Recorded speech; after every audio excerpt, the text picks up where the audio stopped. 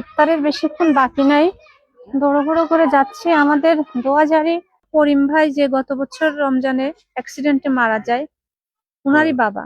এখনো এটাও রমজান মাস আর ওইটাও ছিল রমজান মাস।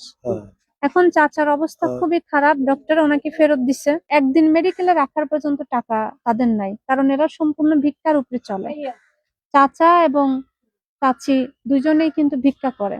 ওনার বিয়ের লাইকে 3টা মেয়ে আছে, অর্থের জন্য বিয়েও দিতে পারে না। এখন কি করব আসলে বুঝতেছি না, চাচার থেকে একটু শুনি। বলেন আপনি। দাঁড়ান, কথা বলেন।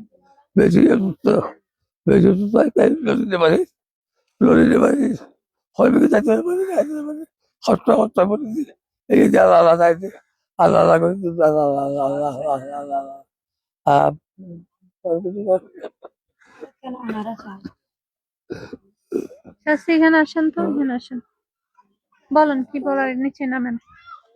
আল্লাহ এই চেষ্টা করি না পারে, বেশি সিরিয়াস আরাম বেশি মেডিকেলে যেতে হবে।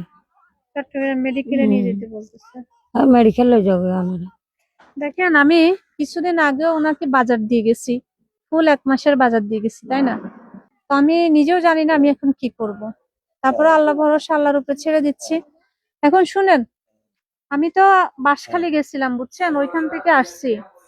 তো একটু ওয়েট করেন, আমি আগামী কালকে নাহলে পরশুদিন আমি আসবো। এখন আমি আপনার জন্য কিছুই করতে পারতেছি না, কারণ আমি তো ওইভাবে প্রিপারেশন নিয়ে আসি নাই। তো আল্লাহর উপরে ভরসা রাখেন, আল্লাহ আল্লাহ করেন, আল্লাহ যেটা ভালো মনে করেন। সুখ খাবার পাইতে গেছে, ওষুধ হানি পারে, চা হানি পারে, মোসাম্বিয়া হানি পারে, আঙ্গুলে হানি পারে, গিলতে পারতেছে না, ঘা হয়ে গেছে, মুখের ভিতরে ঘা হয়ে গেছে। মানে ভিতরে ঘা হয়ে গেছে ওনার।